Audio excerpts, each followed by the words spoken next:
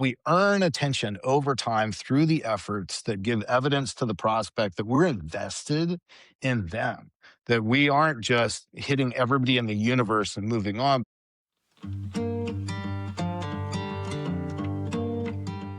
Hey everybody, it's Hayes Davis. Been a while since we've done any kind of live conversation on uncharted territory, so super excited to have Dave Breshears here with us to talk about something that people don't talk about enough when it comes to pipeline creation, which is something that I care deeply about: capacity. So before we jump into the conversation, Dave, why don't you give us the quick introduction, and then we'll dive in. Thanks for having me, Hayes. This is a topic that is near and dear to my heart, as you know. I'm Dave. I have been a sales guy for, I guess, the past 16 years. And the most interesting thing about my sales career is that I didn't have my first job as an SDR until I was 40 years old. So I am definitely one of those late to the game sellers. I spent the first 15 years of my professional career as an academic. I was coaching the debate teams at the University of North Texas and University of Texas at Austin, teaching undergraduate courses in communication studies, and thought I was going to be a professor until I had a kid and figured out, man, that's not a good gig for a parent. So buddy of mine talked me into going into sales, said, I think you'd be good at this. And I just fell in love with it. I've spent the last 6 years as a consultant really digging into how organizations build pipeline to understand those processes and systems and things that make it effective so that we're not just playing guessing games, but instead figuring out the underlying physics at the top of the funnel so we could do it more efficiently and effectively and not just on a wing and a prayer. Well, I got to say, just as a side note, I meet a lot of sales folks from different walks of life. Some of the cool things about sales, right, is you get people who kind of come from all over. Yeah.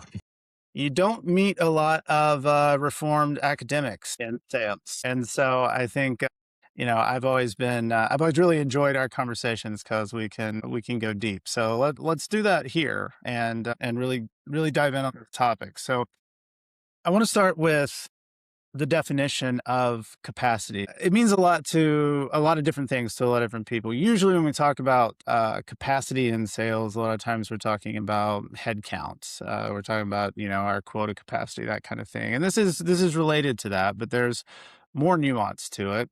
So, why don't you give us your definition of how you think about capacity in a sales organization, and then we can just keep diving in from there.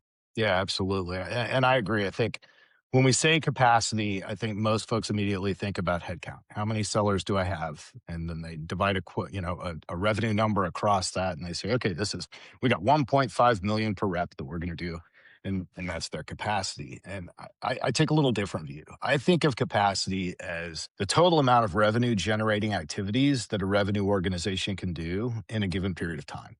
And that breaks down into really kind of two components. You're either building pipeline, which is one aspect of capacity, and I think that's where we're going to focus the conversation today, or you're closing pipeline. And that becomes important because these two things are mutually exclusive if the same seller is doing them. You've only got so many hours in the day and so many things you can do, and you're either spending it building pipeline or you're spending it working deals through the pipeline to conclusion and hopefully a win. Within the pipeline generation component, there are really two aspects to capacity. There is the human capacity to be able to do things like make phone calls and send emails and engage on LinkedIn. And then there's machine capacity, which today is really AI and its ability to detect signals and send emails on behalf of a seller. And some people even are doing texting and phone calls, which, highly questionable. But you've sort of got these two aspects. I'm either on the human end of the spectrum where I'm limited by my time and my ability to keep things in my head, my bandwidth, my mental capacity, or I've got machine limits. How many emails can I send in a given day? How many unique signals can I pick up on and act on? And so those represent the kind of limits within an organization to do pipeline generation activities. And that's the aspect of capacity that I've spent pretty much the last 6 years really focused on. How can we make the top of funnel more effective? So let me dig into that a little bit. And I want to go back to something you said right at the very beginning of that, which is you can spend your organizational capacity at, either creating pipeline or closing pipeline. And I want to ask about that for a second, because I feel like that that or is kind of important, right? Like Yeah. obviously a sales org is going to have to do both of those things, right? But you talked about them as mutually exclusive, right? Or, if I'm spending time closing pipeline, I'm not spending time building pipeline. I think the answer that a lot of sales orgs would have is like, well, we expect our sales reps to figure out that balance, right? Or there are other ways of tackling that problem. So I wanted to just dig into that for a second to get your thoughts on that or that you kind of put in there.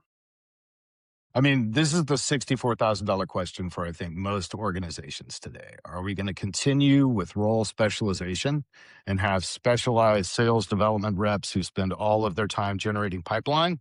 And then another set of reps who are maybe spending a little bit of time prospecting, but for the most part are focused on closing those deals? Or are we going to move to a full cycle seller, an AE who is both responsible for generating their own pipeline and closing that pipeline at a volume that will help them hit their number?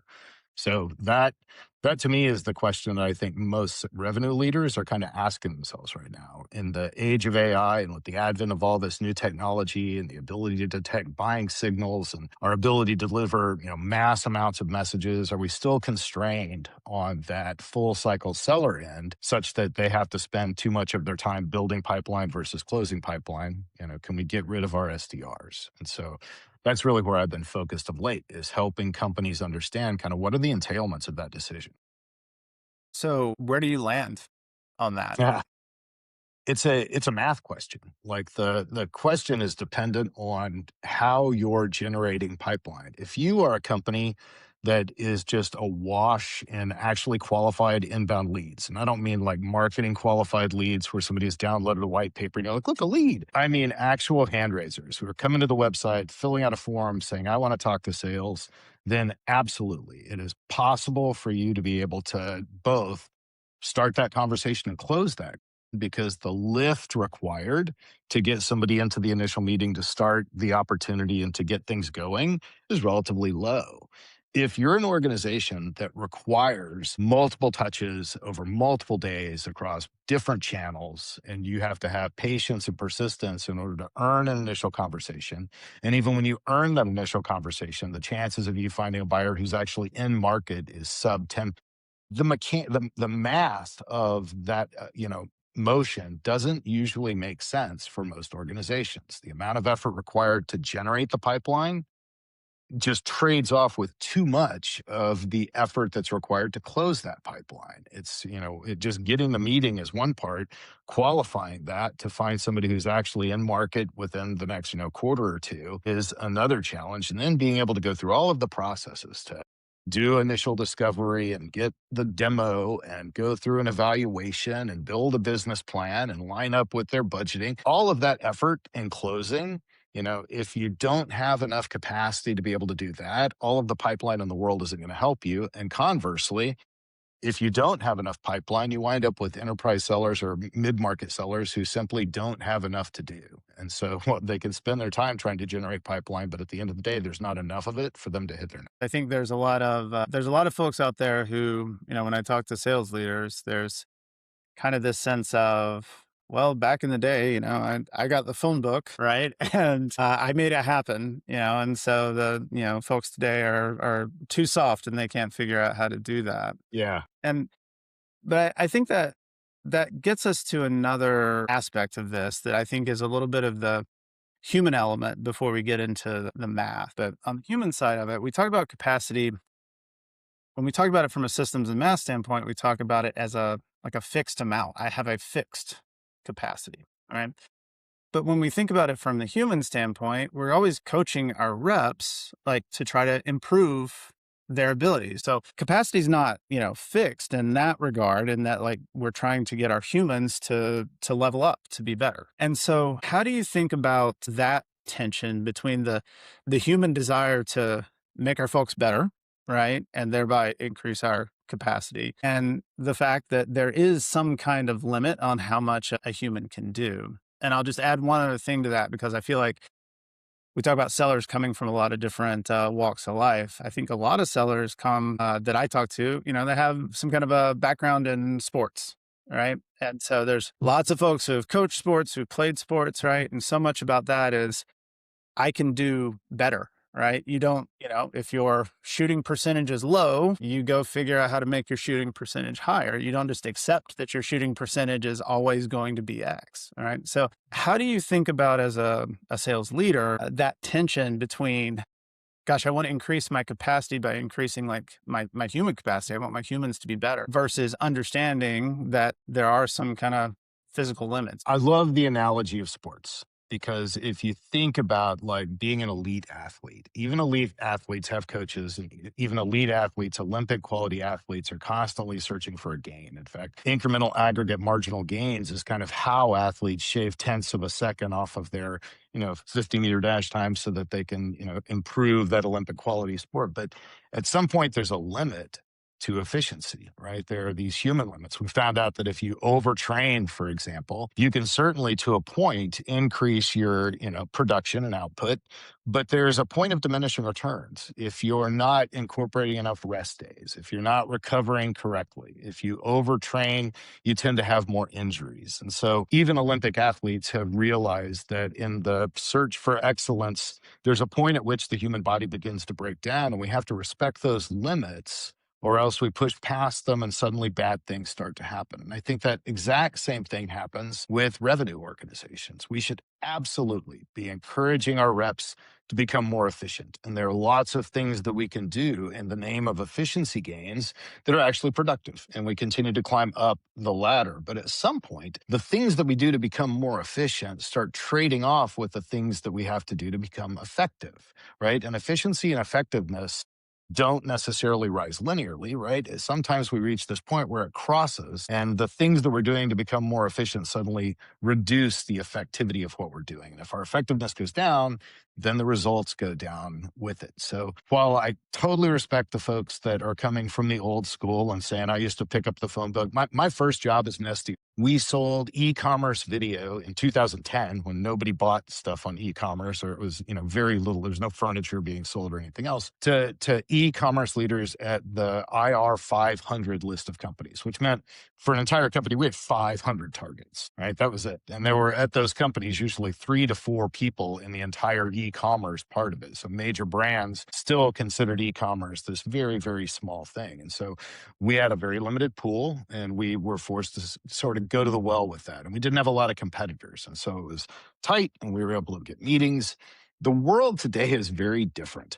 There are so many companies competing for limited attention in almost any vertical that you're working in. There are dozens of competitors who do something very similar to what you do, and then hundreds more that do something adjacent to what you do that makes sort of similar promises. And so while it's true at one point in time, it was relatively easy to pick up the phone book and get a meeting, that's not true anymore. And as we've done things like massively increase the amount of volume that goes into things like email, for example, we've started to oversaturate channels to the point that what was once easy for me to sort of communicate with you by email, now that's become something that's really easy for the champions and decision makers that we're trying to reach to simply ignore. Because if they didn't, if they tried to address every one of those, that would be their full-time job.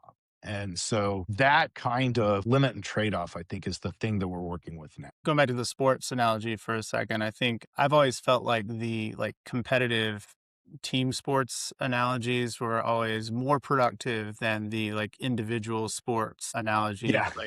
Yeah. Because, at the end of the day, when you're talking about, I'm going to swim faster, I'm going to run faster, I'm going to do those kinds of things, you are ultimately kind of competing with yourself and then just like the fundamental laws of physics, I guess. But when it comes to a team sport, I used to play basketball. So you can try to do all the things right, but you've got somebody else who's trying to stop you from doing those That's things right. right. And so Yeah. the market pushes back, the competitors push back, right? And so the world that you operate in gets increasingly more competitive. The world today, right now, is a lot different than, when Wilt Chamberlain scored 100 points. He was scoring it over some 5'6" dudes in some short Exactly. shorts, right? Like a different world, right? So with that in mind, let's talk a little bit more about the pipeline generation capacity. When we think about generating pipeline, we think about capacity. What are the ways we can break that down even further and start to systematize our thinking around that?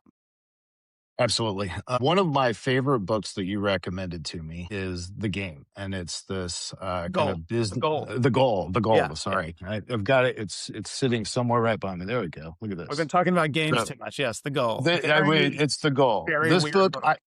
if you haven't read this book, by the way, like this is my pitch for this book. And this is the thing that I like about it is to make an organization more effective. One of the things that you've got to figure out are the bottlenecks, the things that keep your inputs from going through a process that produces an output that's desirable. And there are limits within a system. And if we can identify those limits, those bottlenecks, then we can make that process of turning an input into an output more effective and more efficient. But identifying the bottlenecks is important. And the way that I think about bottlenecks at the top of the funnel is through something that my old CEO at Outreach, Manny Medina, used to say.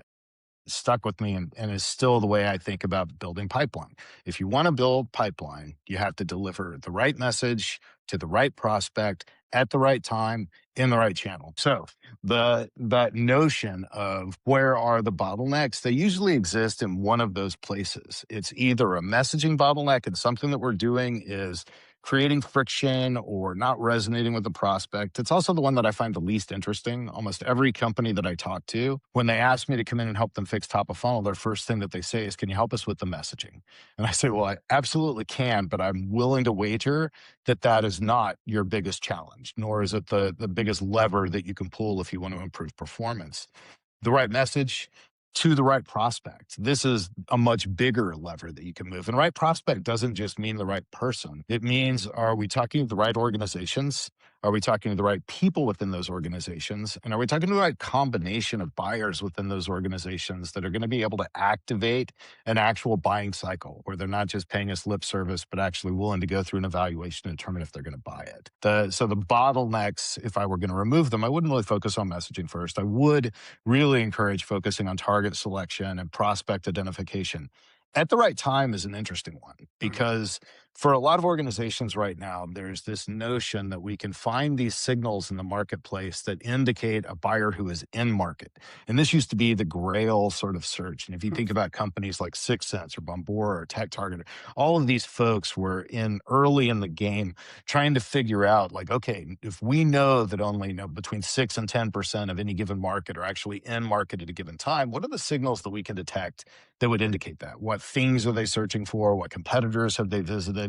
And so we sort of used this signal detection as a way for us to try to pinpoint which organizations and which folks we ought to be talking to at any given point. And while I still think there's some promise there, I think we way over rotated on the idea that somehow we're going to find these magical signals. And the fact of the matter is, by the time those signals are detectable, the chances are that that person is already in an evaluation or in active consideration with one or a couple of vendors, and you haven't been invited to that party. And the chances of you being able to break into that party are somewhat limited. They may know of your existence and they may know that you're there, but by the time you enter the conversation, the chances are you're responding to an RFP or you're in an evaluation that the framing is being controlled by one of your competitors. And so that's a terrible place to try to start a conversation. It also still, if only 6 to 10% of your market are in market at any given time, only gives you access to 6 to 10% of your market at any given time, and you're too late to do anything about it.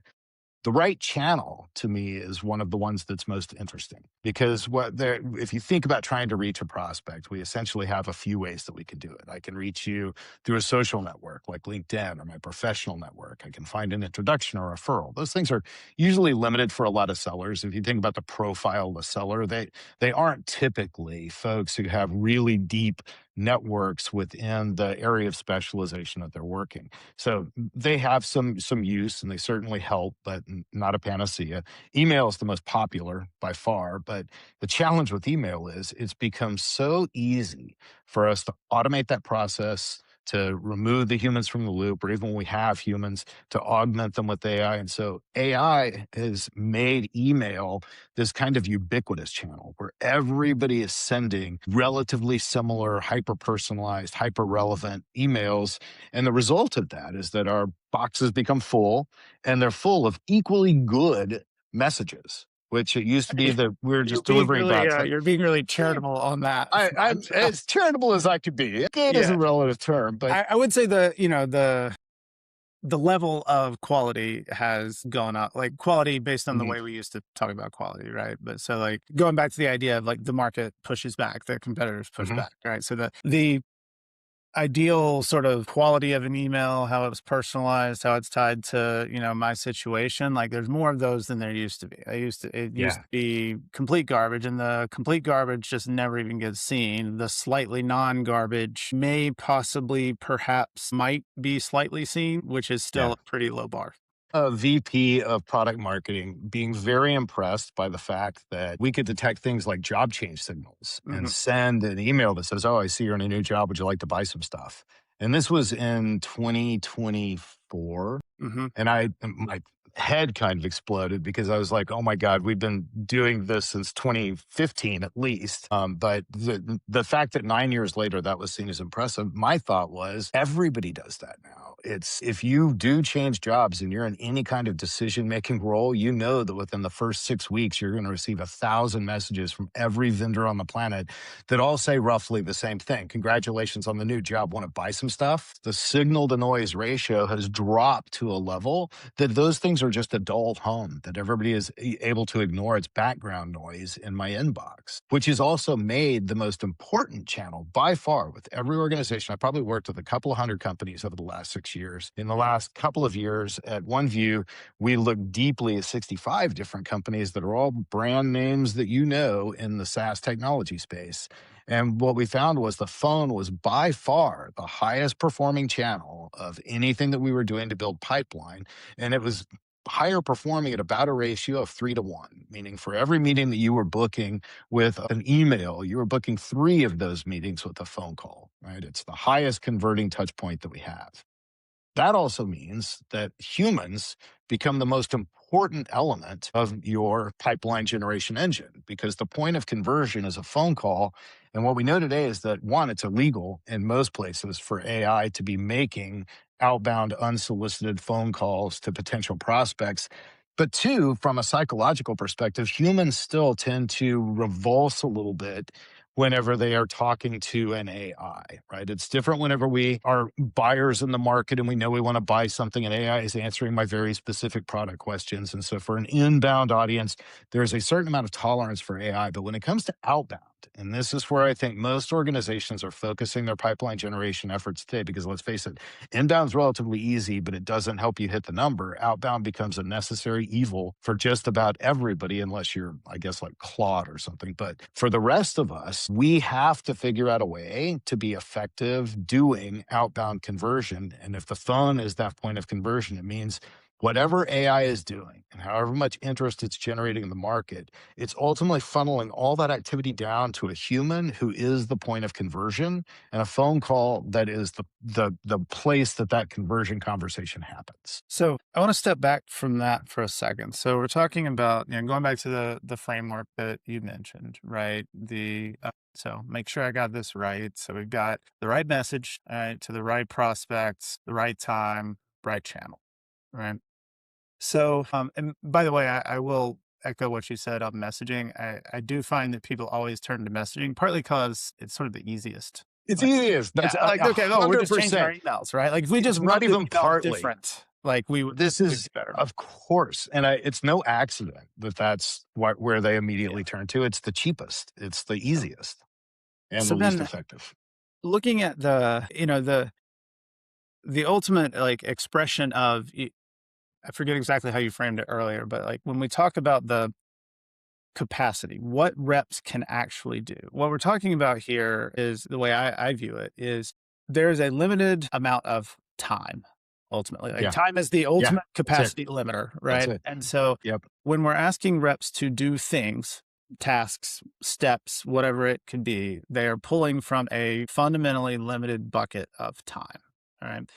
And so when we think about what they're doing to try to reach folks, they have to pull different tasks out of that bucket of time and say, I'm going to go do this task or I'm going to go do this task. When we talk about the idea of improving the pool of accounts that I'm targeting or the prospects that I'm targeting, right? It's the idea that each one of those tasks carries more value because it's a better quality account I'm talking to. And ideally they're in market. So therefore, that task is going to be more valuable. And when we start talking about channel, that's really when we get into the idea idea of the time cost of each one of these tasks, right? And so, I think the phone piece is interesting because sales leaders, they love for people to be on the phone, right? I think part of it is because it's more effective, as you stated. But the other part of it is it's the hair shirt of sales, right? It's like you should do this work that sucks, right? Because Yeah, it's not fun, right? It isn't. it's yeah. So, but I want to talk about the phone and why the phone is so affected because from a time standpoint, it is the most costly, right? And so I think people try to solve that in a few different ways. It's either can I make a whole bunch of phone calls at once? Can I be more efficient with my phone calls? In terms of who I'm targeting, that kind of thing. So I want to drill into that, but I want to ask one question before we get into sort of the physics of it. Fundamentally, why do you think the phone is so much more effective? I think it's a combination of factors. I think that let's look at the three channels. So if you're talking about LinkedIn, I think LinkedIn can be highly effective if your professional network is the network that you're trying to sell to. It's why you'll always see SDRs from companies that sell sales technology talk about how effective LinkedIn as a sales channel, Mhm. because that's where the salespeople are. And Right. that's sort of an expected thing. I think if you're selling network security, or you're selling infrastructure, either hardware or services or software related to those kinds of technical buyers, I think LinkedIn is a black hole. I think that the sales folk who have a lot of success in the LinkedIn channel are in a bubble, and it's fine. And if you are in that place, then hell yeah, exploit it. I think in email, the channel has become so oversaturated that now we've just lost the attention of the buyer. And so that trying to reach out repetitively through that doesn't really, it's not like you're doing multi touch Uh-huh. because each one of those is simply being ignored. Instead, we've got this psychological filter that I'm just looking at all of these things in my inbox and only trying to find the ones that actually matter. And I ignore everything else. I don't even necessarily delete it or anything else. I just skip past it. The phone is working right now because the phone is a human touch. The phone is that place, which means even if I don't connect with you, I leave voicemails when I talk to people, not trying to sell them, but just say, hey, it's Dave. I've been trying to reach you by email, tried to catch you on LinkedIn. I'll try you again later. That little human touch, and there's some great research on this that says at the top of the funnel, when a prospect is being reached out to in sort of a cold way, it's the inference of a human connection that makes them more likely to respond. And it's for a lot of reasons, but mainly we have this empathy for the folks that are actually doing the human job of doing it. And while there are some, people who are just jerks whenever you call, and they're going to be jerks no matter what, a large percentage of folks, whenever they get a phone call, immediately know that they're talking to a human being and they have sort of a higher tolerance to at least give them the 30 seconds that they're not giving to the inbox or that they don't do on LinkedIn because it's not the channel that they expect. And so I think those things, oversaturating the other channels not being really the place to have that conversation, the human side of the conversation that you get to have on the phone call, and then the synchronous conversation that you're having. If somebody raises an objection in an email, you're done. Like that second email that you send in response is not being answered. But when we're in a synchronous conversation, it's possible for us to have, that conversation that moves us past the objection. The nature of the channel itself allows us to break down some resistance, to have that second line part of the conversation. I think that the third is something that is really like you said, the limit is really time, but I think it's time and bandwidth. And I think, if you think about what we're doing, one of the things that people do to overcomplicate what happens on those phone conversations, I talked to a company that wanted to run basically 65 different plays simultaneously for a marketing campaign that were all these very discrete signals and messages tailored to each tiny little segment. Mhm. And then they expected the sellers to be able to communicate that on phone calls. And they talked to someone. I said, how do you possibly expect a seller to keep 65 different talk tracks that apply to 1,000 different prospects in their head so that when that phone connection happens, I can pull up the right 165th of all of my scripts to say the thing that I'm supposed to say. So it's not just time, it's also the things that we can keep in our head that make the phone effective. The phone becomes the place that I can have that very structured conversation within the constraints that my bandwidth are going to. So if I could kind of sum that up, it seems like so there's the time piece, and then there's the the constraints on just what a human is able to Yeah. with at any given point in time. If we think about it, that as a formula, it's like my reps have this ability times this amount of time, right? I kind of like that because that allows us to not ignore the idea of rep enablement or improving rep performance because it's part of the equation, but it's Yeah. fundamentally an equation that is still limited by the amount of time that you've got. I want to touch on the phone piece for a second. Just come back to that just a little bit further because I think one of the things about that I found really interesting, reading the goal, like talking about systems thinking, talking about bottlenecks, often leads to these trade-offs that you make about where you're using your capacity. So if the phone is vastly more effective and no one's reading emails, and aside from like the salespeople talking to themselves on LinkedIn, they're like nobody's paying attention to that. Why would you ever do anything besides call if that's the best use of your capacity? This is a great question. I think there's a synergy that happens whenever you do multi-channel engagement, right? So if you're just doing a single channel, you're contributing to the noise. But if you plan your outreach correctly, we found that there were high correlations in reply rates whenever certain things happened in conjunction. So for example, we figured out early at outreach that if you started an engagement by going to LinkedIn and looking at somebody's profile, and then you sent an automated email that was sort of persona differentiated, problem focused. Hey, reaching out because given that you're doing this, I'm assuming that this is probably a challenge. Am I on the right track? And then you followed that up with a phone call. The three touches in combination had an interesting effect. That LinkedIn touch gave everybody a chance to see you, right? The most important part, what we weren't sending connection requests. We weren't doing any engagement. We were doing research. Are they still at the company? Did they post on LinkedIn? What have they been talking about? Who are they connected to in my network? There's a lot of important information that a seller can glean in that initial touch. But what I found most effective about it was that person can see you. They see that little red dot that says someone viewed your profile, and that is like catnip.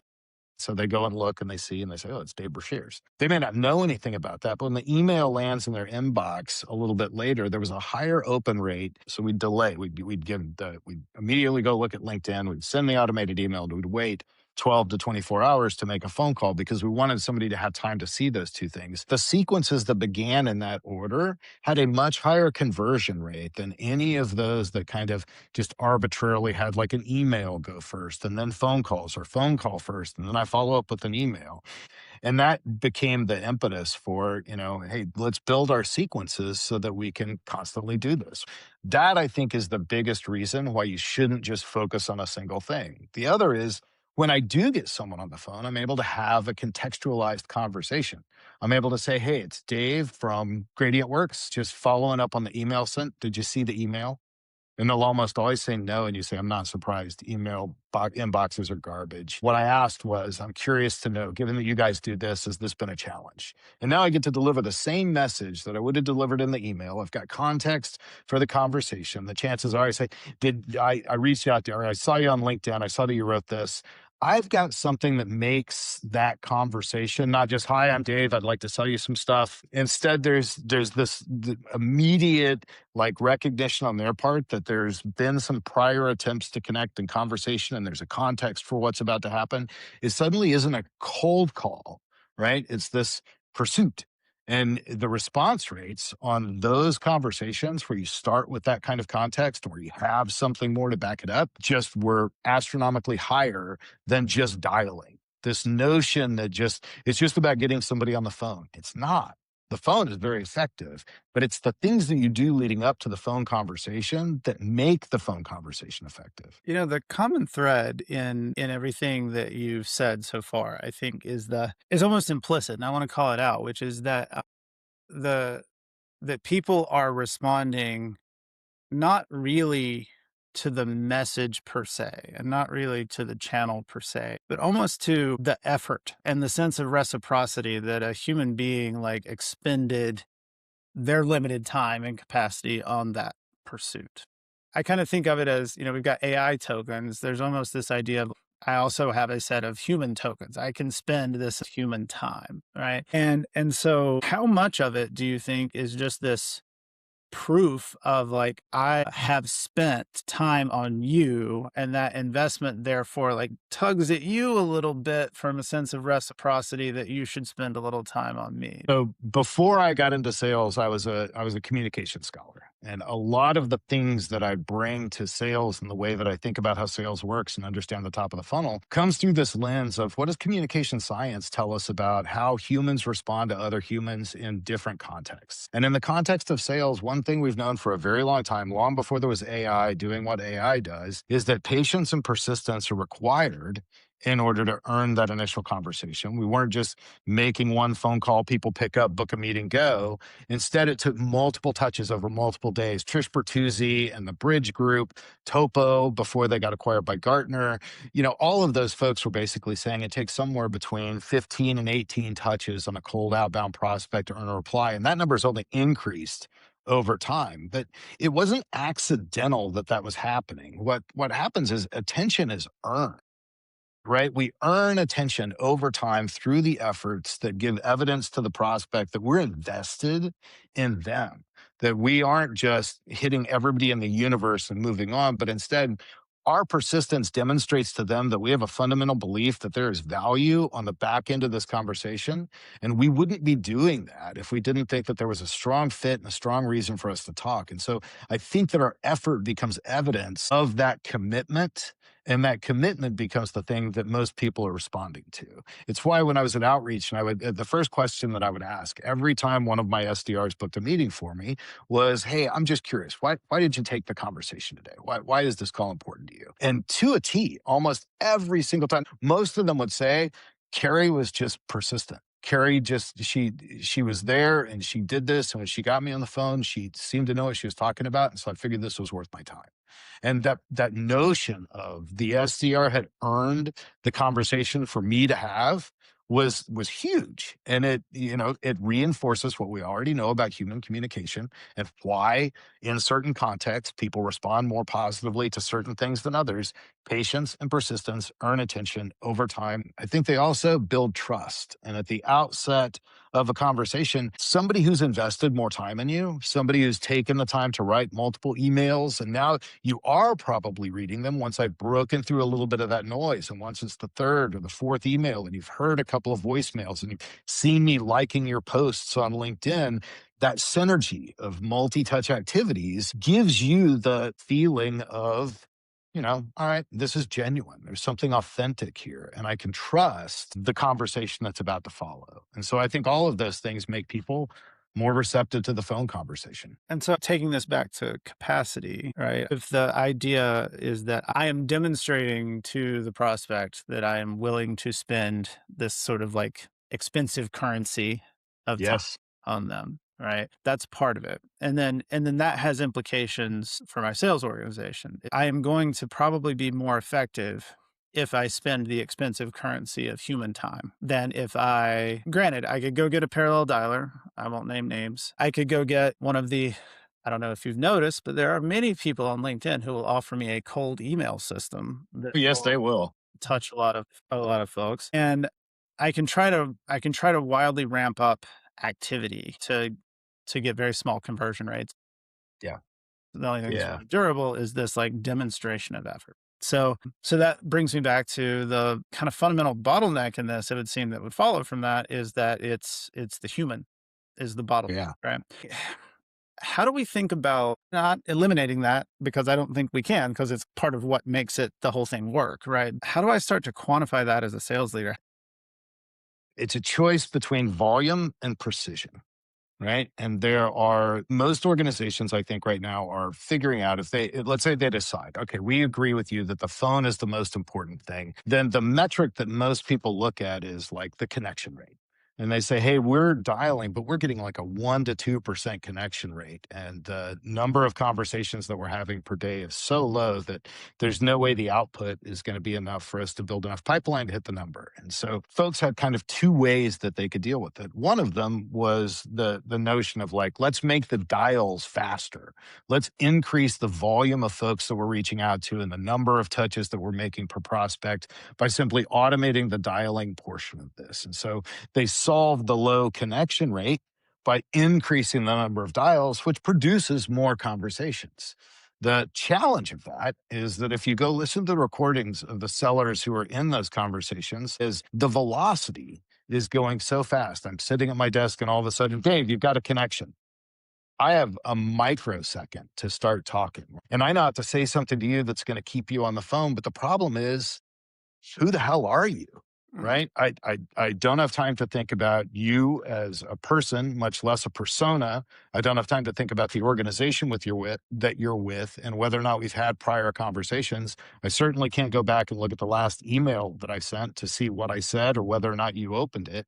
Right. So all of a sudden, I've now got this live conversation in front of me because you're delivering more of those to me. And the quality of the conversation goes through the floor because I can't make it persona differentiated. So while I'm delivering more conversations per hour, the number of those conversations that are converting into meetings goes way down. I'm not demonstrating an understanding of you, an understanding of your problem, any of those things that earn attention and let you know that I'm invested in this pursuit can't happen in that call. Conversely, there are others that are trying to increase the precision of the dial, that are trying to do things like, let's make sure that our phone conversation is good or that our phone is more likely to get picked up because we've got a number that hasn't been burned. Because those dialers that are just churning through information, they're more likely to get marked spam and they're going to have to rotate that number and they're going to have to go through something else. If I instead make sure that the numbers stay clean, if find things like there are folks that are figuring out predictive, like who is most likely to answer among this list of folks. So they're looking at kind of what is the probability of making a connection with someone who will have a conversation with me. That approach does something different. It rewards slow, deep conversations. And so precision says, I want to increase the number of conversations that I have, but I want to do it by controlling sort of the quality of the dial that I'm making. So instead of making more of them, I'm going to make better dial. And that means that when I have those conversations and I'm moving at that slower pace, that it's easier for me to recall. Oh, it's Hayes, and Hayes is the CEO of Gradient Works, and those guys are all concerned about this. So I think that companies have been left with one of two things. I can either increase the number of conversations I'm having by dialing at a very rapid rate and just delivering more of those live conversations, or I can increase the quality of those conversations by increasing the probability that I get a connection because the dial is effective. And I think that's the choice that most folks have. So, on the precision side, isn't there an element of if I focus on the numbers that will pick up, it feels like a little bit like a replication of the signals problem that you Yeah. talked about, right? I used to be in analytics, right? And one of the things that people always talked about was the street light problem, where there's the drunk guy who's looking under the street light. Somebody asks him what he's doing. He says, "I'm looking for my keys." And like, well, did you lose your keys around here? Like, no, but this is where the light is. Yeah, exactly. This is what I can And see. that's an old story, right? It's a cliche, but there's a sense of like, well, I have this set of good accounts that I want to go pursue and people that I want to go talk to, but I'm gonna focus on just the ones that pick up. If I'm doing that within that scope, right, then great. Right. But and just like with signals, if I define my ICP and my personas and I'm targeting that, like, I've got 1,000 Yeah. companies I really care about and I'm just gonna look for signals from them and good phone number for them, great. But there's always this pull towards like, well, this guy has a pulse. This guy will pick up, right? Yeah. Maybe there's an opportunity there. And so people Yeah. get pulled into this kind of like false hope zone where they say, like, I'm just going to call the numbers that pick up. And at some point, you exhaust the signals, you exhaust the numbers that pick up, and you need to be focused on trying to pursue a relationship with the folks who are the best fits. And so, how do you not get into that trap? I feel like both the mass parallel dialers and the precision dialers kind of give you that like early sugar high until Yeah. you exhaust what they ultimately give you after a little while. I think they're both GLP-1s. I think that they both promise you sort of short gains. I think they're two different approaches to the problem is the main illustration there. That one sort of errs on the side of if I can increase the frequency, then I can get more conversations and that'll lead to more meetings. The other says if I can increase the precision that I can get more of those conversations. And they're both kind of true. They both have their limits. But at the end of the day, the you can't pick your targets based on just probability of responding to a phone call. And instead, it comes back to diet and exercise, right? If you really want to lose weight, restrict your calorie count and do more exercise per day than the calories that you're taking in, and your weight will go down, right? And I think that that's healthy habits. And that's a difference than trying to find the GLP-1 of either a parallel dialer or best predictive who's going to pick up the phone. And I think there are a lot of healthy habits that go in there. Diet and exercise in this context means going slower, thinking about the prospects that I'm going after, making sure that the accounts that I'm targeting are the primary thing that I'm considering, right? Is this even a good customer for me? Making sure that the people that I'm talking to are the ones that can actually start a qualified conversation. If there's an overlap in those concentric circles between what the predictive dialer tells me are the people that will answer and what I have identified as both the best target accounts and the best prospects within those accounts, that is the most productive place that I can make gains. But it doesn't mean that I ignore everything else. It does mean that I restrict certain things. Right. I think the parallel dialer in this case is the sugar high, right? Like it's definitely the thing that gives me that immediate boost of energy, but at the end of the day is totally not a productive way for me to be spending my caloric intake. But I'm not going to go in the other direction and say, if I don't know that you're going to pick up the phone, you're not worth me dialing because of what I said earlier. Attention is earned over time. Patience and persistence pay off. And it's a basic capacity of human communication that if we feel that connection and we feel that sense of effort, we're more likely to respond. So while the predictive side of it is true, there are some people that are more predisposed to answering the phone. The obverse isn't true. It's not that if you're not predisposed to pick up the phone, I won't ever get through to you. It means I've got to do things that make it more likely that you will answer in spite of the fact that you are not typically predisposed to do that. And so I think the mistake that any organization would make would be to over rotate in one direction and say it's all of one or it's all of the other. I'd start with the accounts and I'd say, let's make sure that the limited capacity that we have, however we choose to spend it, is focused most importantly on the folks that we want to do business with, the right accounts, the right buyers within those accounts who can start a qualified sales conversation and who are close enough to the problem to want to do something about it.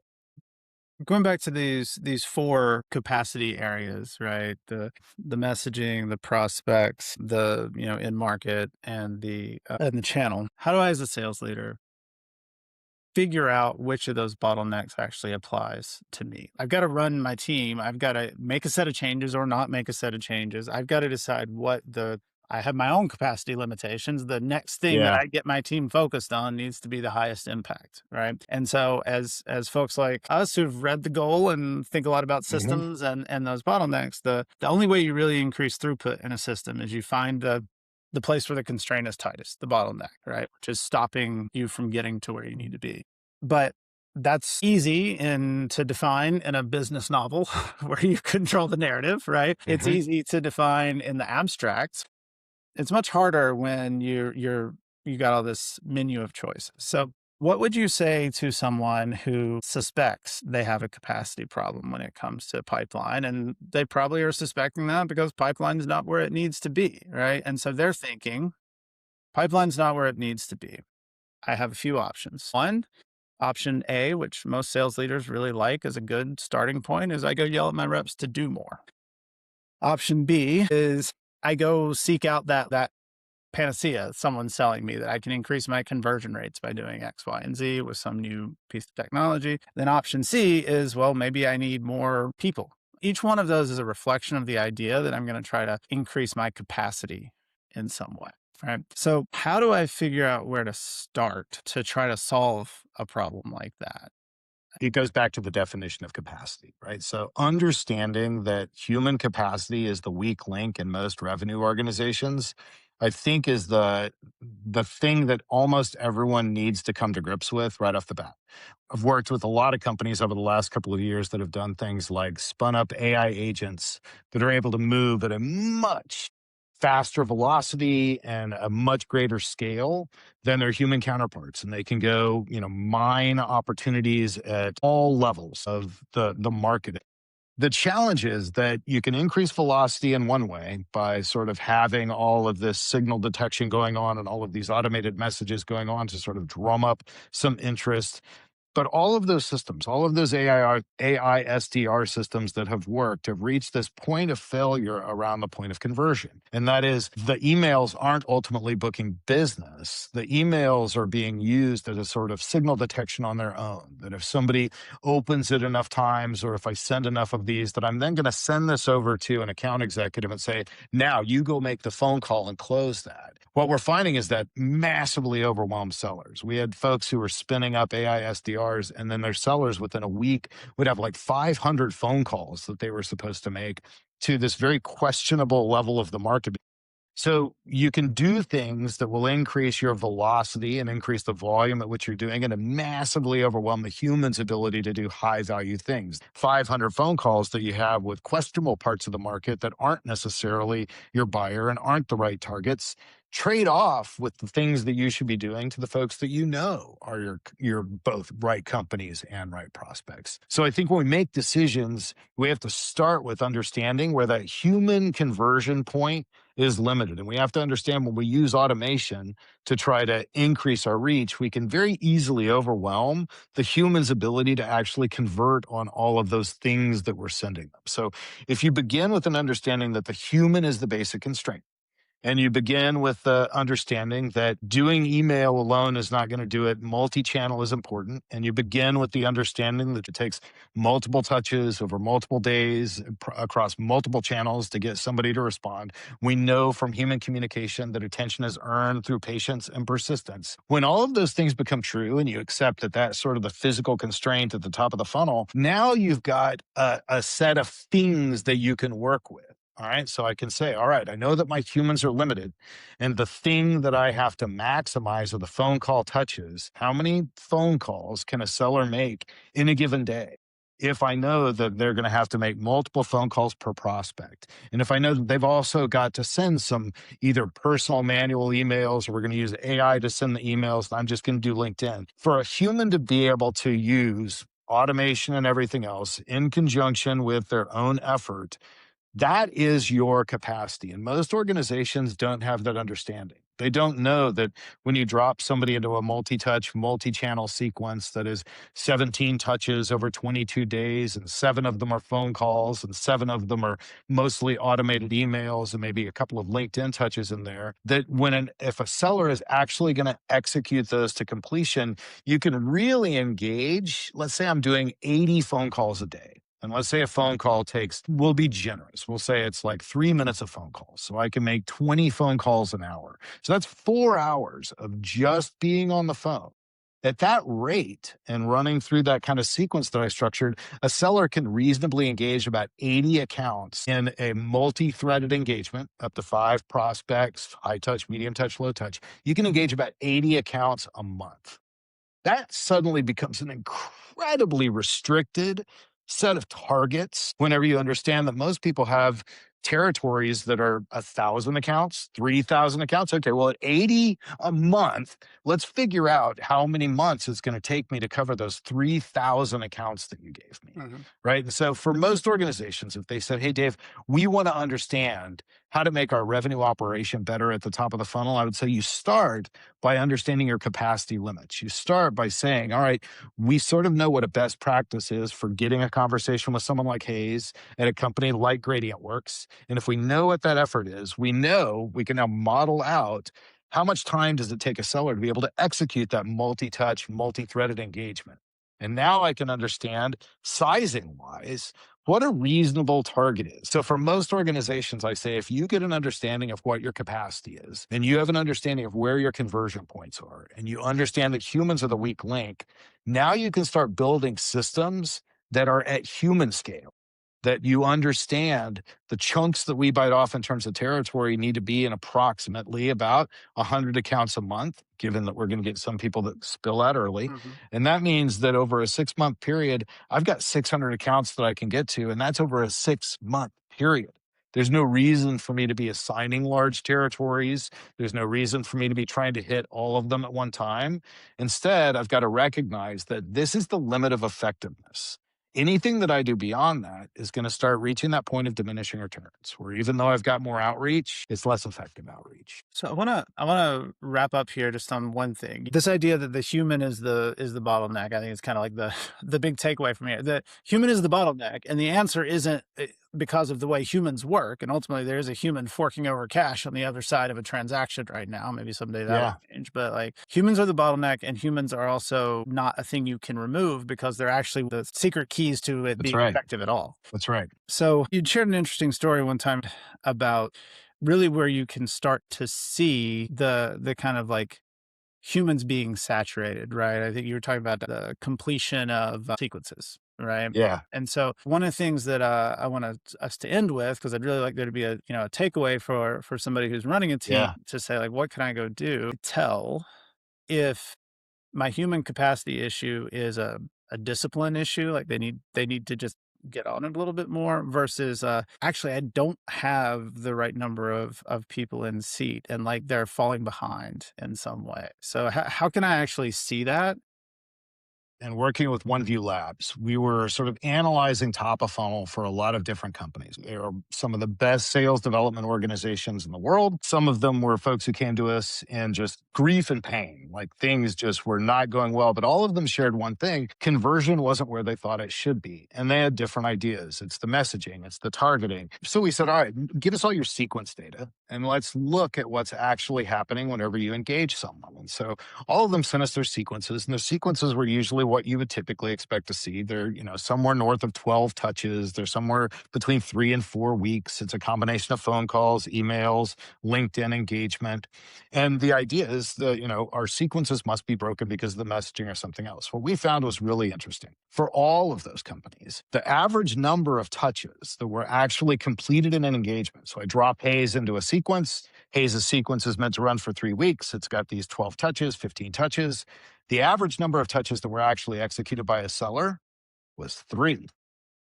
There were no outliers in this, but range was between 2.5 and I think 3.8. Everybody was doing the same basic thing, and that is they were cutting off those engagements after a couple of touches.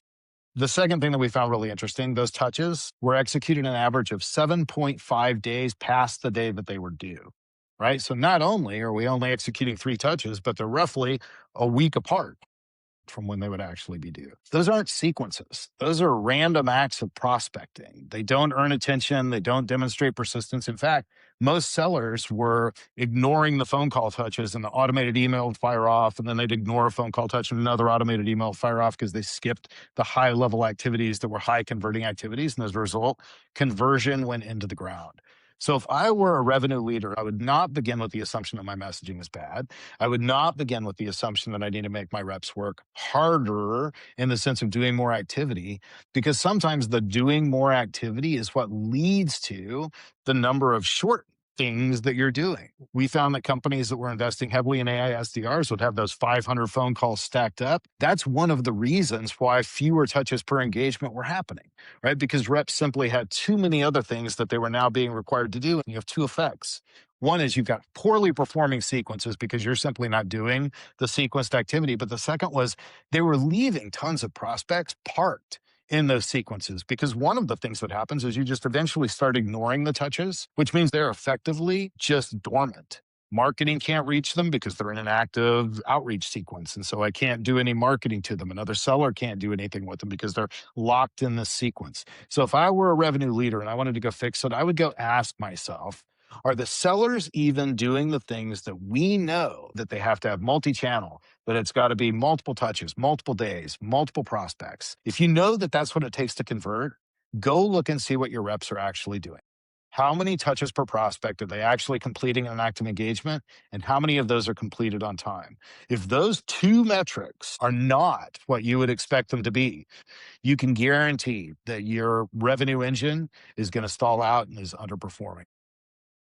Awesome. Well, Dave, thanks so much for the time. This has been a great conversation. I appreciate you having me. Thanks a lot, Dave. Right on. Thanks, Ace.